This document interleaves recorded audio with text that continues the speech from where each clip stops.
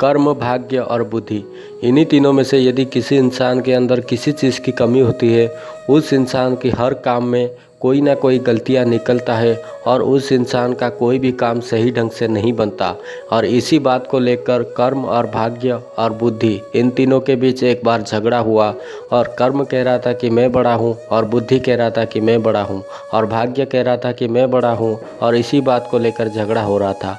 और उसी रास्ते पर नारद मुनि जा रहे थे। जब नारद मुनि उन तीनों को देखा, उन तीनों के पास आने का फैसला किया और उन तीनों के पास आने के बाद उन्होंने झगड़े के कारण पूछे। जब उन तीनों ने ये बताया कि हम में से कोई भी फैसला नहीं कर पा रहा है कौन सबसे बड़ा है, और इसी बात को लेकर नारद मुनि ने ये बताए कि आप तीनों को धरती लोक पर जाना चाहिए और धरती लोक पर जाकर आप किसी भी इंसान के अंदर प्रवेश कीजिए, और आप किसी भी इंसान के अंदर प्रवेश करते वक्त यदि आपकी साथ पाकर वो इंसान ज़्यादा कामयाब बनता है तो आप समझ लीजिए कि आप सबसे बड़े हैं। और ये बात बोलकर नारद मुनि वहाँ से जाने का फ़ैसला किया और नारद मुनि वहाँ से चले गए।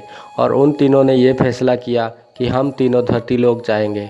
और धरती लोक आकर एक लकड़हारे के पास पहुँचे और उसने लकड़हारे के पास उन तीनों ने पहुँचने के बाद उन तीनों ने ये फैसला किया। उस लकड़हारे को देखकर उन्होंने ये बोले कि हम तीनों में से हर कोई 7 दिन उस लकड़हारे के शरीर में रहेगा, और यदि किसी का भी साथ पाकर वो लकड़हारा ज़्यादा कामयाब बनता है तो हम उसी को ज़्यादा बुद्धिमान और ज़्यादा शक्तिशाली मानेंगे और उसकी हर बात हर किसी को माननी पड़ेगी।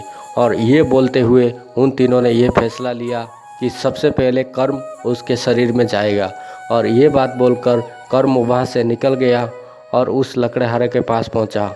जब उस लकड़हारे के पास पहुंचा उसने उस शरीर के अंदर प्रवेश कर लिया और बाकी दिनों के मुकाबले उस दिन ज़्यादा लकड़ी काटना शुरू किए, और ज़्यादा लकड़ी काटने की वजह से उसके पास बहुत ज़्यादा लकड़ी हो गए।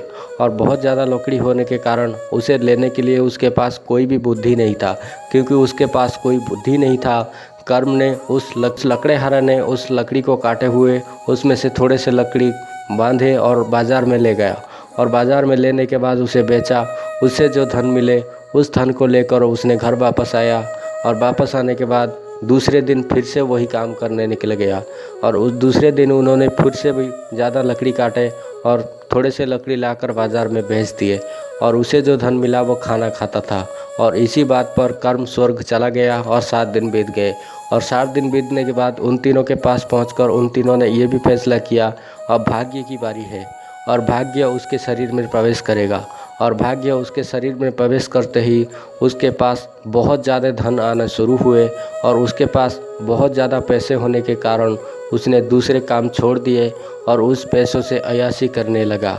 और उस पैसों से वो बाज़ार गया और बाकी चीज़ों की ख़रीदारी कर ली, और ख़रीदारी करने के बाद उसने दूसरे सारे पैसों को अय्याशी में उड़ा दिए, क्योंकि उसके पास बुद्धि नहीं था और उसके साथ कोई कर्म भी नहीं था। और उस पैसों की भी वो क्या करता, और उस पैसे को लेकर उसने अय्याशी में उड़ा दिए और सारे पैसों को उसने खर्च कर दिए।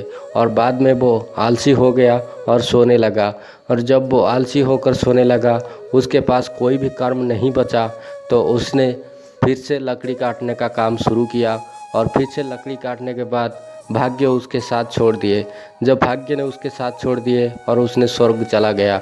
जब वो स्वर्ग चला गया उन्हीं दोनों के पास मिलने लगा, और अब बुद्धि की बारी थी।